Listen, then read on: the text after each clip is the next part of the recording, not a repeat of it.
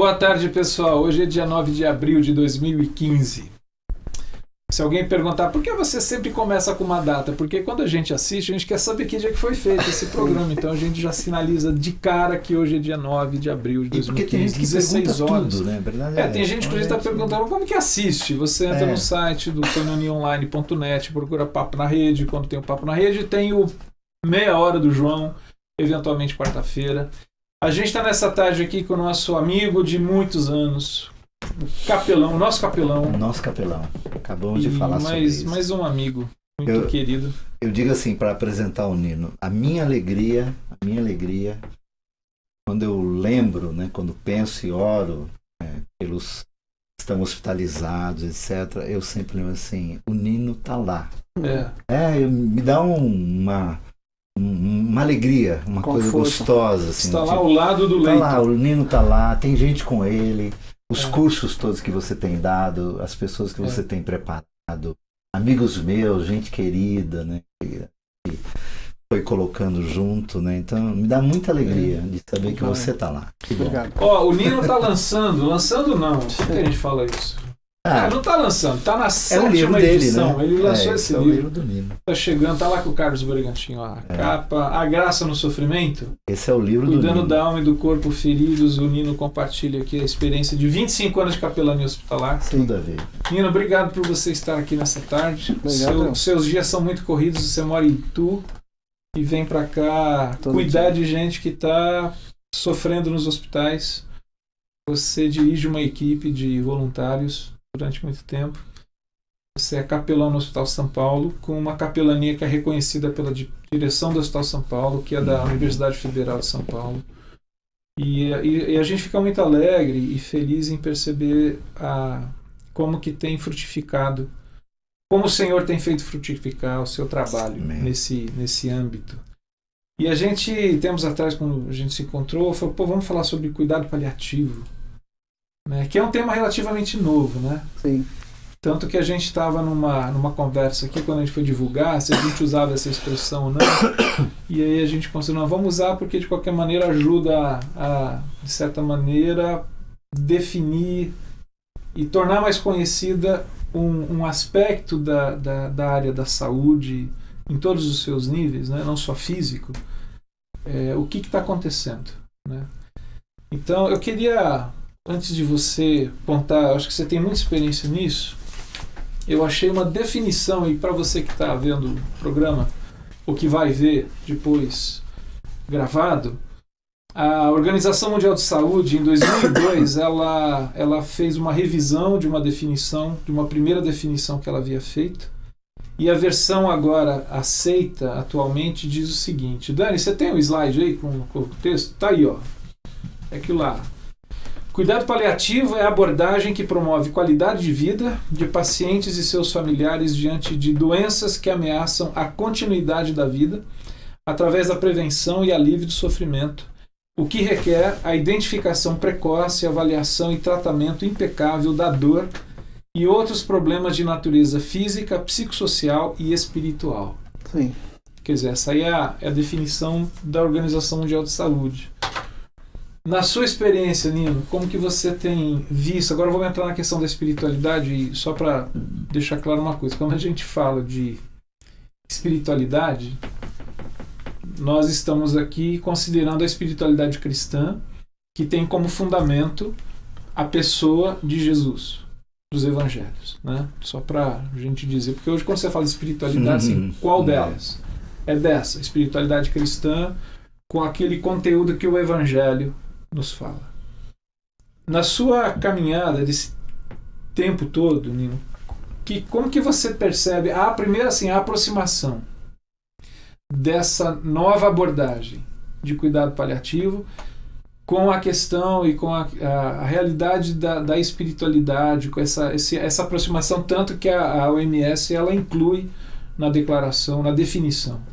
E a sua experiência, como tem sido disso? Vários casos, vários pacientes, muitas pessoas que eu já ajudei, crianças, adultos, jovens que partiram, e eu estava perto, inclusive com a família. Tem um caso que eu vou narrar com a família.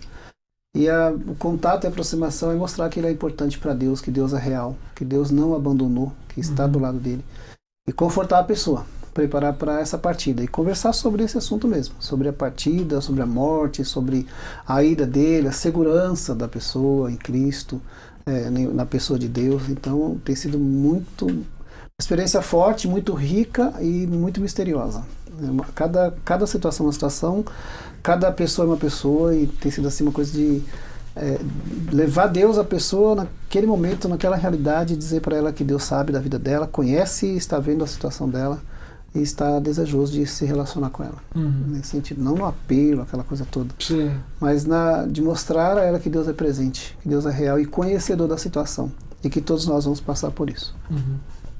Agora é interessante que esse aspecto, que é ao mesmo tempo, vamos dizer, isso aí foge vamos dizer assim, do contexto da academia, da ciência. Sim.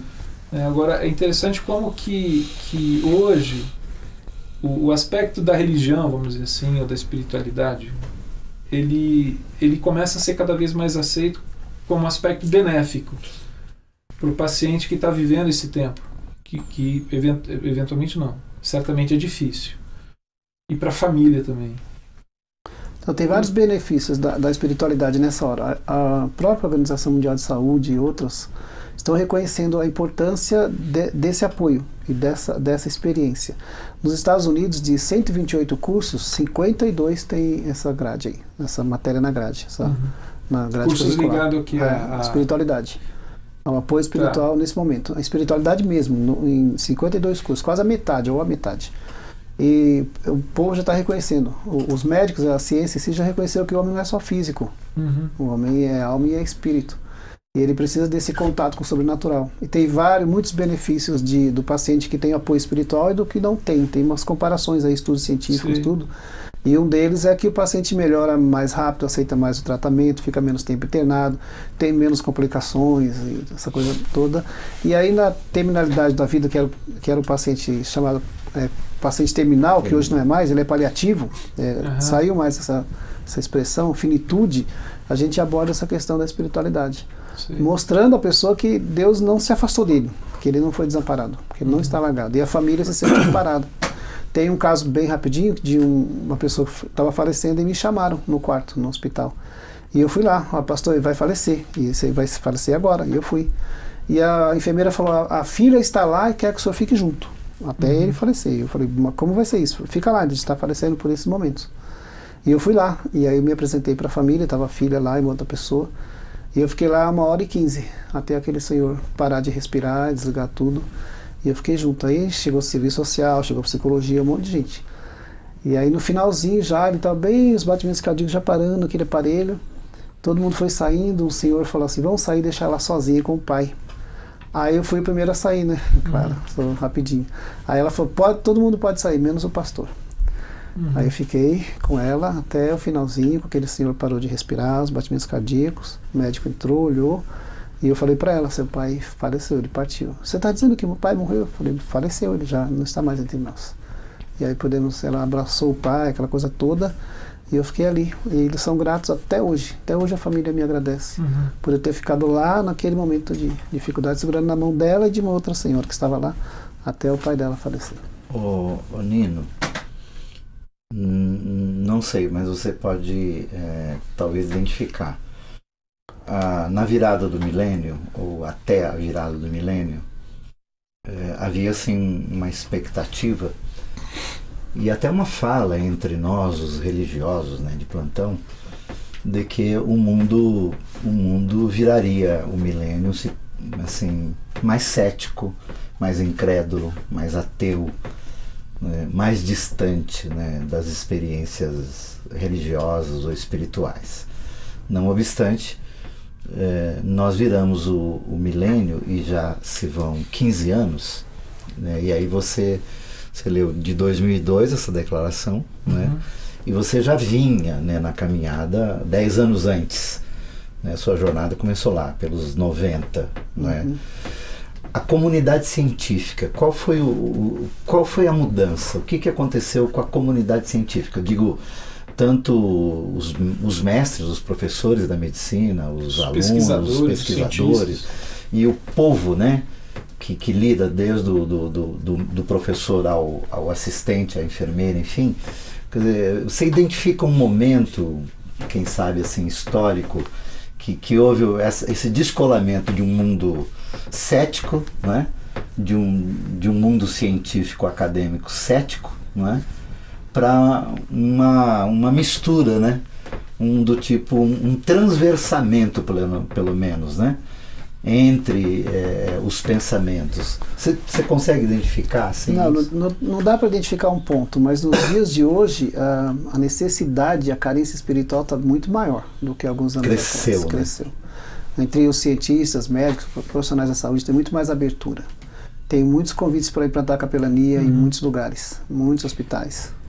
Mas aumentou, a sede aumentou, a fome aumentou, a carência, não sei o que mas a espiritualidade cresceu e as portas se abriram muito mais. Mas eles querem trabalho sério. Digo isso até me reportando aos começos, né, lá, sim, quando você começou, difícil, que as resistências eram muito sim, grandes a partir da comunidade científica, sim, quer dizer, do ambiente da academia, né, do tipo, deixa isso de lado. Né? A instituição. Isso, vamos lidar com a faculdade de medicina e tudo mais. Hoje tem muita abertura. Mas eu acho que houve uma tendência nos últimos anos, Carlos, assim, que aquilo que você falou agora há pouco. Há uma identificação de que o ser humano ele tem uma dimensão que vai muito além da dimensão física, sim, biológica. Sim.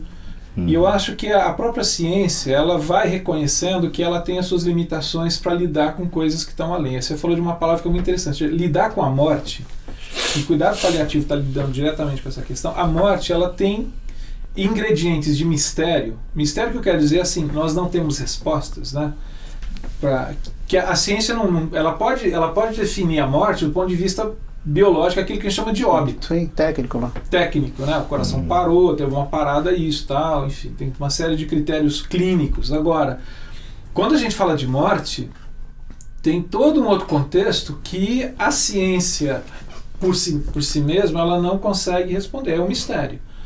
E aí é que eu acho que entra assim, essa abertura, que é a fala que se chama hoje da chamada multidisciplinar, interdisciplinar, quer dizer, você chama o médico, mas você chama o psicólogo, chama o assistente social, chama o pastor, o padre, o sacerdote. As ciências se comunicam, né? Exatamente, e percebe assim, o que cada um tem para contribuir nesse contexto. Sim, eu faço parte de uma equipe de cuidados paliativos e a gente discute esses casos mesmo. Lá no Hospital São Paulo? Sim, e no lar Recanto Feliz também.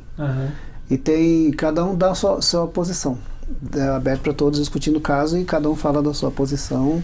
Procurando contribuir. O que vai fazer, o que a psicologia vai fazer, o que o serviço social pode fazer, o que a enfermeira pode fazer, o que a físio pode fazer, o fono pode fazer e o que o pastor vai fazer. Então também eu faço parte de duas equipes assim. O que o pastor vai fazer no cuidado paliativo?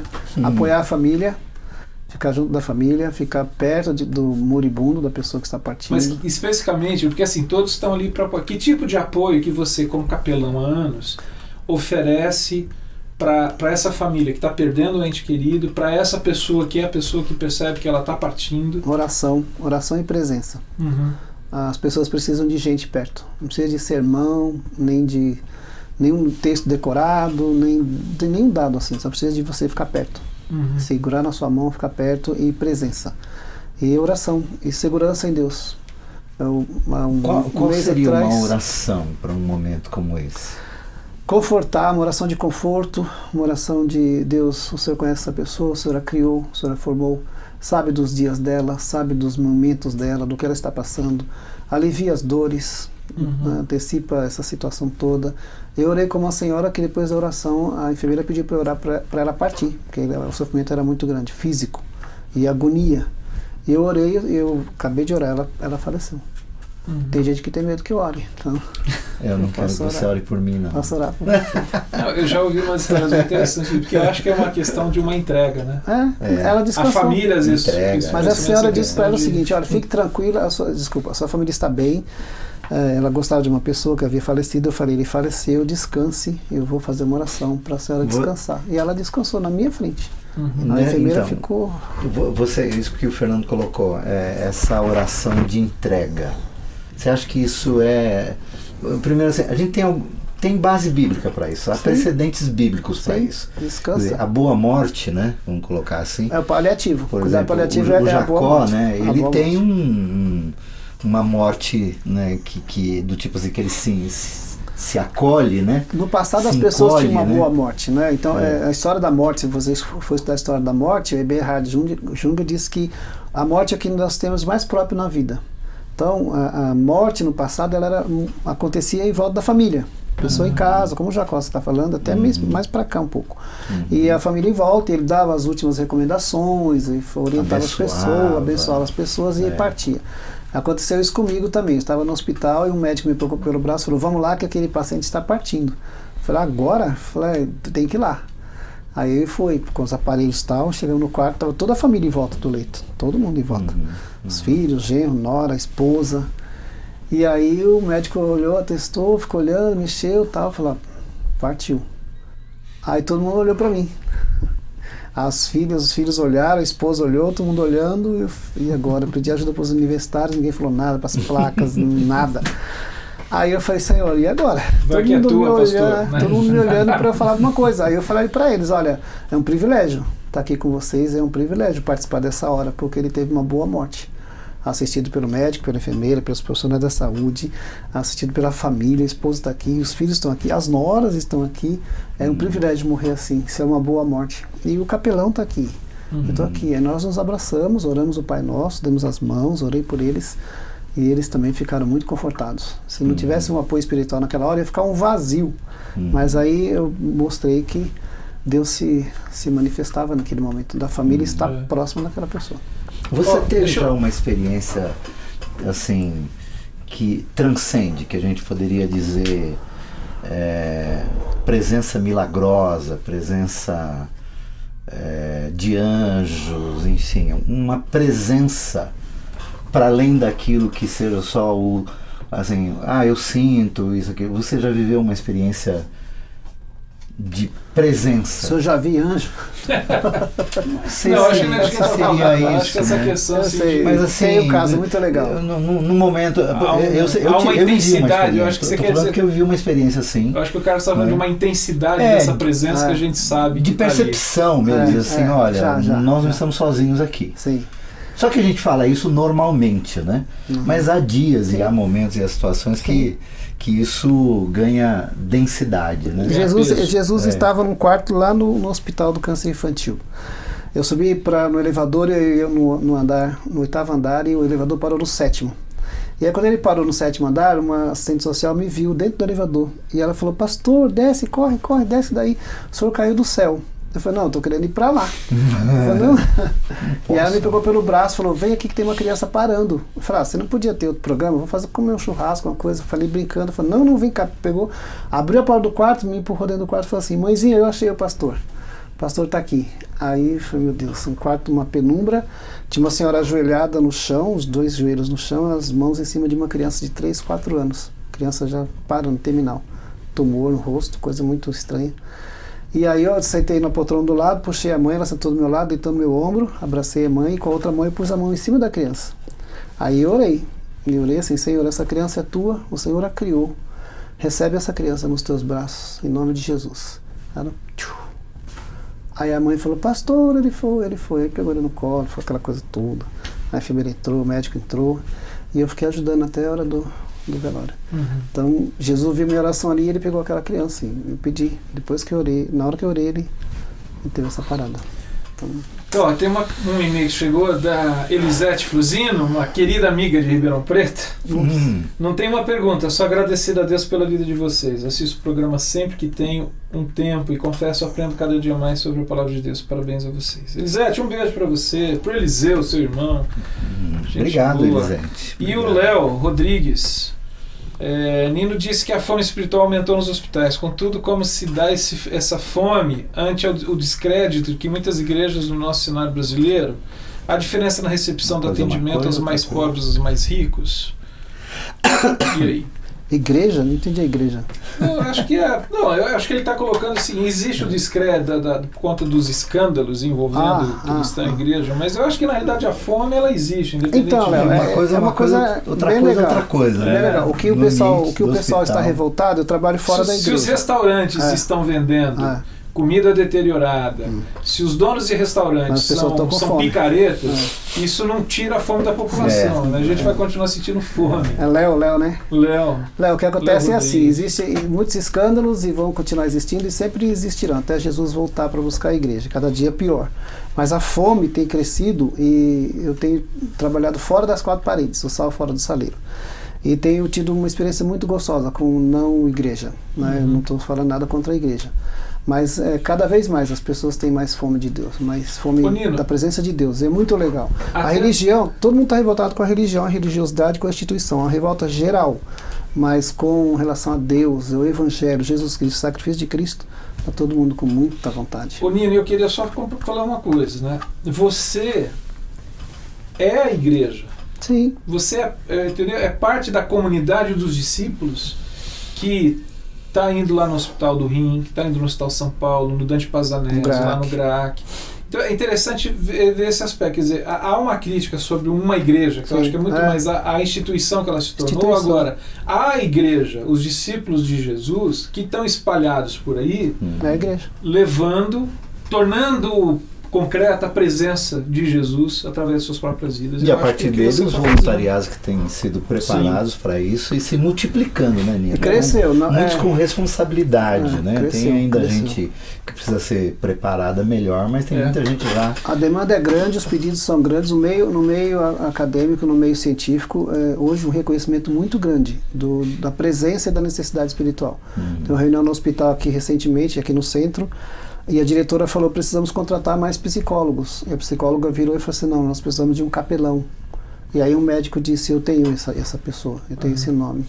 E eu fui lá numa reunião e a gente vai implantar uma capelania nesse hospital. Agora eu tenho uma pergunta que é a seguinte.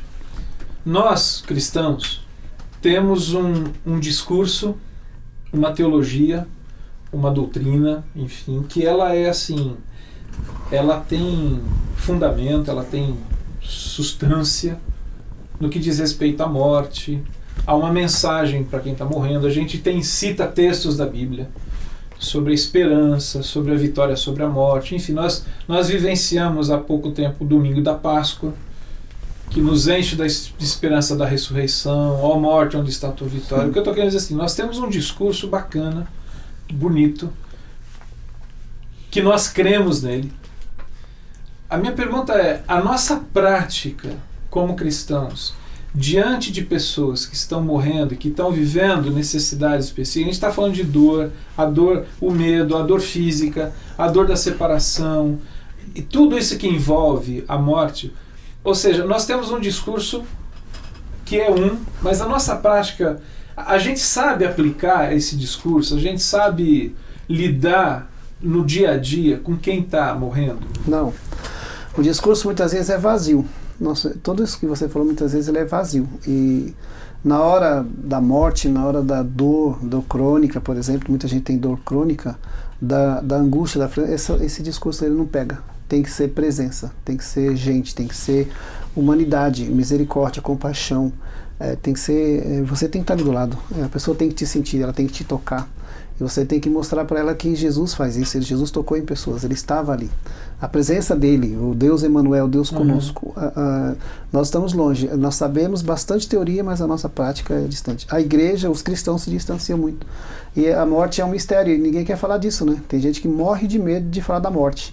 E acha que é ruim, não sei o que, isola, bate no comigo não. E eu oro sobre a morte, oro para Deus levar pessoas e não tenho nenhum problema com segurança.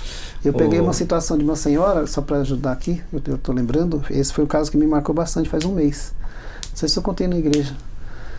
Ela é paciente terminal, né, paliativo, foi ficando ruinzinha e não enxergava mais, minha amiga de alguns anos, paciente que eu acompanhei durante 4 anos. E aí ela não andava mais, de uns tempos para cá ela parou de andar. E aí ela falou, veja quanto custa uma cadeira de rodas, eu preciso de uma cadeira de rodas. Falei, vou andar com a senhora aqui pela clínica, né?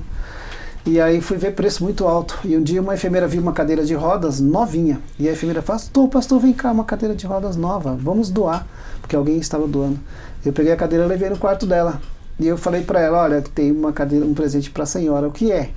Ela não estava vendo. Falei, uma cadeira de rodas novinha. Trouxe para a senhora para a gente passear. Aí ela começou a chorar falando que ela não era digna. Eu não sou digna, eu não sou digna desse presente. E aí eu entreguei para ela, coloquei ela na cadeira com a ajuda da enfermagem, passeava com ela todo dia, quando eu podia, nos corredores do hospital.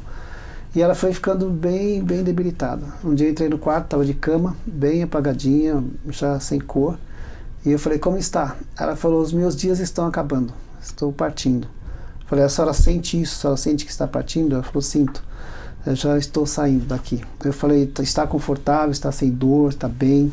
Ela falou, estou bem. Eu falei, quer que eu faça alguma coisa pela senhora? Posso fazer alguma coisa pela senhora? Além de orar, eu vou orar com a senhora. Ela falou, não, eu queria que você tocasse Castelo Forte. É luterana. Aí eu fui no Google, imprimi a cifra que eu não sei tocar, peguei o violão, fui no quarto dela. E aí falei, vou tocar Castelo Forte. Aí eu toquei Castelo Forte, é o nosso Deus. E aí pedi para tocar o outro, Perto Quero Estar. Perto Quero Estar. Aí eu orei com ela e ela falou assim, quando eu morrer, você fala no meu velório? Eu falei, se eu estiver aqui eu falo, né? Quem for primeiro manda um abraço lá em cima, diz que o outro tá chegando. Quarta-feira. Na quinta de manhã eu estava no GRAAC, me ligaram dizendo que ela havia falecido. E eu fui no velório na sexta-feira, fui até o crematório, tudo. E no velório eu toquei Castelo Forte, toquei Renova-me, que ela havia pedido para eu cantar Castelo Forte. E eu fiz o que ela pediu. Então eu falo dela com saudade, porque nós éramos bem amigos, a gente falava sobre a morte, ela falava o que ela queria que eu falasse no velório, eu falei. Tudo que ela pediu, eu falei. Foi uma passagem bem legal, é uma passagem. Ô, Nino, três coisas rápidas para você falar.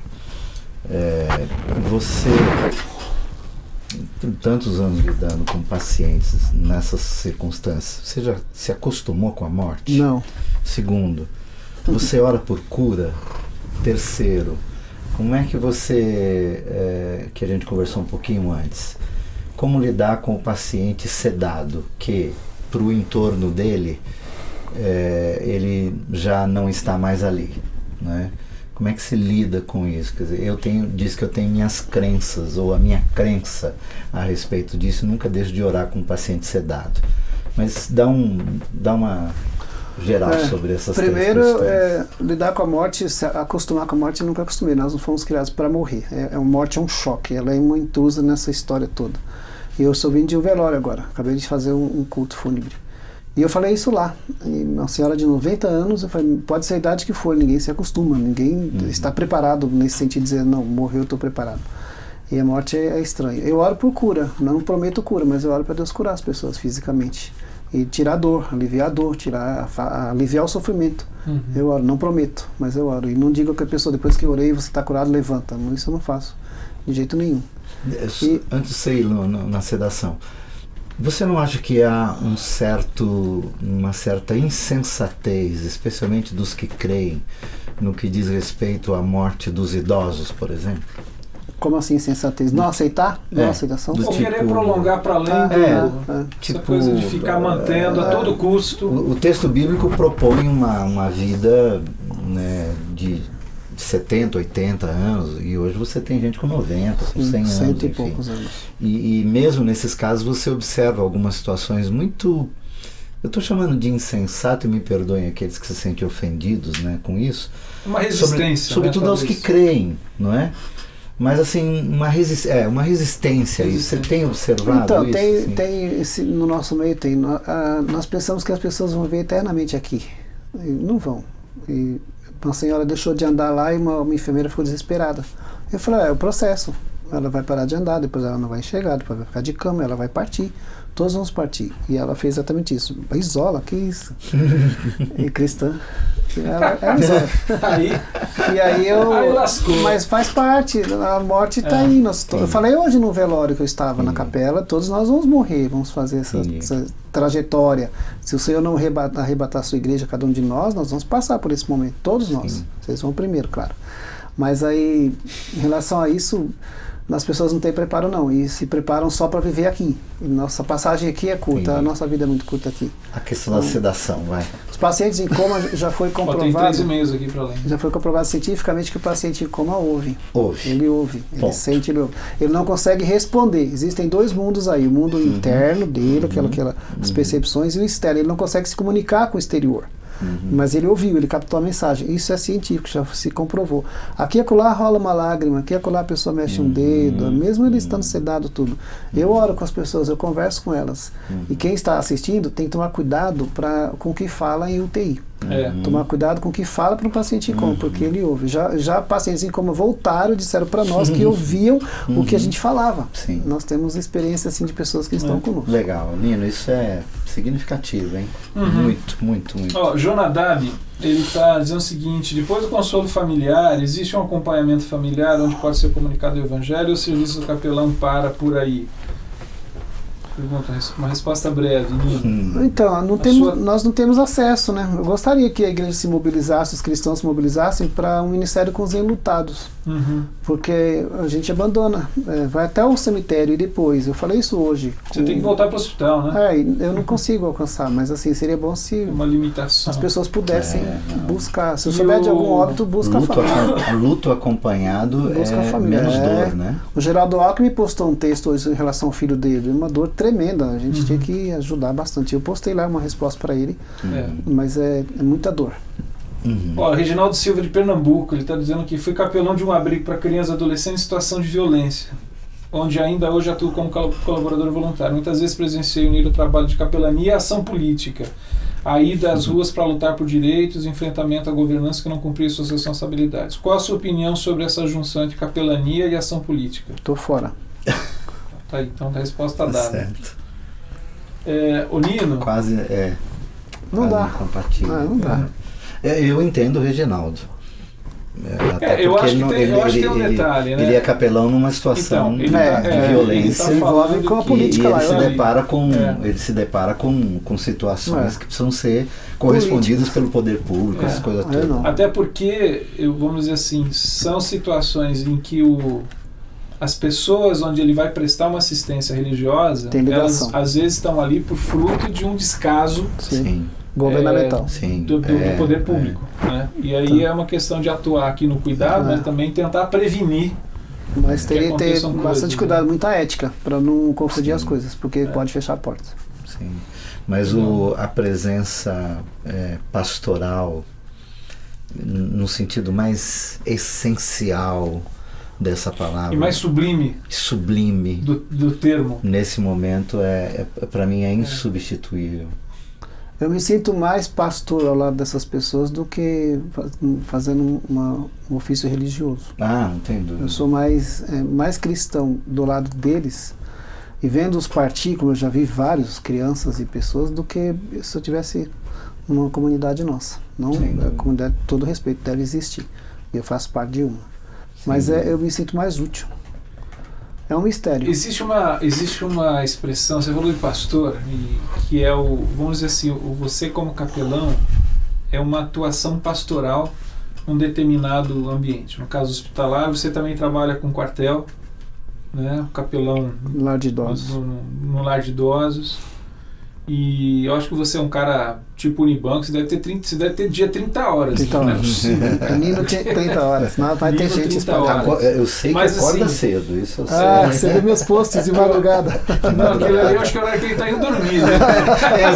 Às vezes eu não tenho certeza. Será que está chegando agora? Mas a minha gravada é programada. Eu estou lembrando, cara, existe uma expressão em alemão, não sei qual que é ela em alemão, mas a tradução literal, que é o que se refere ao pastor, que é o cura de almas. Tem aconselhamento. Não nesse sentido do curador e tal, do cuidador de alma, do aspecto íntimo poimênico da pessoa. Né? O acolhimento da alma. Acolhimento da alma, cuidado. E também a gente tem que trabalhar com os cuidadores, os profissionais em volta, os colaboradores, eles trabalham debaixo de muito estresse. Eu fiz um culto de Páscoa no hospital aqui perto, para não citar nome, para os pacientes, na quinta-feira passada, e quem foi mais atendido foram os profissionais da saúde. A psicóloga do local disse, pastor, era para os pacientes, mas quem ficou impactado foram os profissionais. Então eles estão debaixo aí de um estresse muito grande. E aí é burnout, né? E às vezes, o burnout às vezes são esquecidos, né? Sim, na maioria das vezes. Aquela questão tá ali para isso mesmo. Até pela eles precisam, pela exigência, né? Precisam bastante. Né? Legal. O Nino... Deixa só uma provocação final, Daniel. Provoque. Provocação final. Você tem um jantar hoje, hein, cara? Você precisa ir embora logo, você tem um jantar. São Dono do Céu. Mas nossa, esqueci completamente. Legal. Só pedir para o pessoal aí que está assistindo e ouvindo para ser mais presente, ajudar mais as pessoas que sofrem, porque é muita carência, existe muita carência. Não na área de capelania, mas no geral. Nós estamos nos desumanizando muito e as pessoas precisam, hoje em dia o que as pessoas precisam não é de sermão nem de discurso, mas é de humanidade. E eu sinto hoje uma carência muito grande, a falta de abraço, do acolhimento, do toque na mão, do olhar, da graça, da simpatia, afeto. As pessoas estão carentes de afeto. Uma pergunta para você, para a gente fechar. Esse aqui é o seu livro. Ele é uma pergunta. A graça no sofrimento existe? E se existe, que graça é essa? Jesus. Amém. A graça. Está respondido. Nino, obrigado pela sua presença, pela conversa rápida, mas intensa. Deus continue te abençoando e abençoando outros através da sua vida. Amém. E a gente que tem acompanhado um pouco de perto percebe isso. Eu comecei recomendando e continuo e termino da minha parte recomendando. O Nino, além de tudo, é um preparador, né, de voluntários para a capelania, não só hospitalar, mas em outras áreas, e ele é alguém extremamente recomendável. E aqueles que estão vendo e ouvindo podem acessar nossas páginas, né, de Facebook, que tem lá dicas, quase que mensalmente você tem dado cursos, enfim. Quase mensal. O Nino o Nino, depois de 25 anos, hoje ele já tem ele já é relativamente conhecido por várias pessoas, como capelão e tal. Sim. Mas se a gente pensar em termos assim do mundo, do Brasil, se você sair para você conhece o Nino? Não, você continua sendo um anônimo do reino de Deus, Nino. Eu queria ficar mais quieto. Continue assim. Amém, irmão. Fazendo anonimamente nos corredores dos hospitais, e são hospitais públicos na maioria das vezes, que tem uma série de dificuldades, indo no lado das camas, das macas de gente que está sofrendo, anonimamente. O Nino e esse voluntariado todo, para mim, são aqueles que servem com bacia, água e toalha, que são as ferramentas mais significativas para quem serve. Amém. Valeu, amigo. Muito bem, capelão. Obrigado. Bom estar com você aqui. Pessoal, até a próxima quinta, se Deus permitir, a gente vai estar aqui fazendo mais um programa. Daqui a pouco esse programa vai ficar disponível aí para quem quiser, para reproduzir. Graças ao nosso amigo Daniel Choi, que está lá na salinha dele. Valeu, Daniel. Obrigado. Obrigado. Beijo. Abraço. Tchau, Obrigado. gente.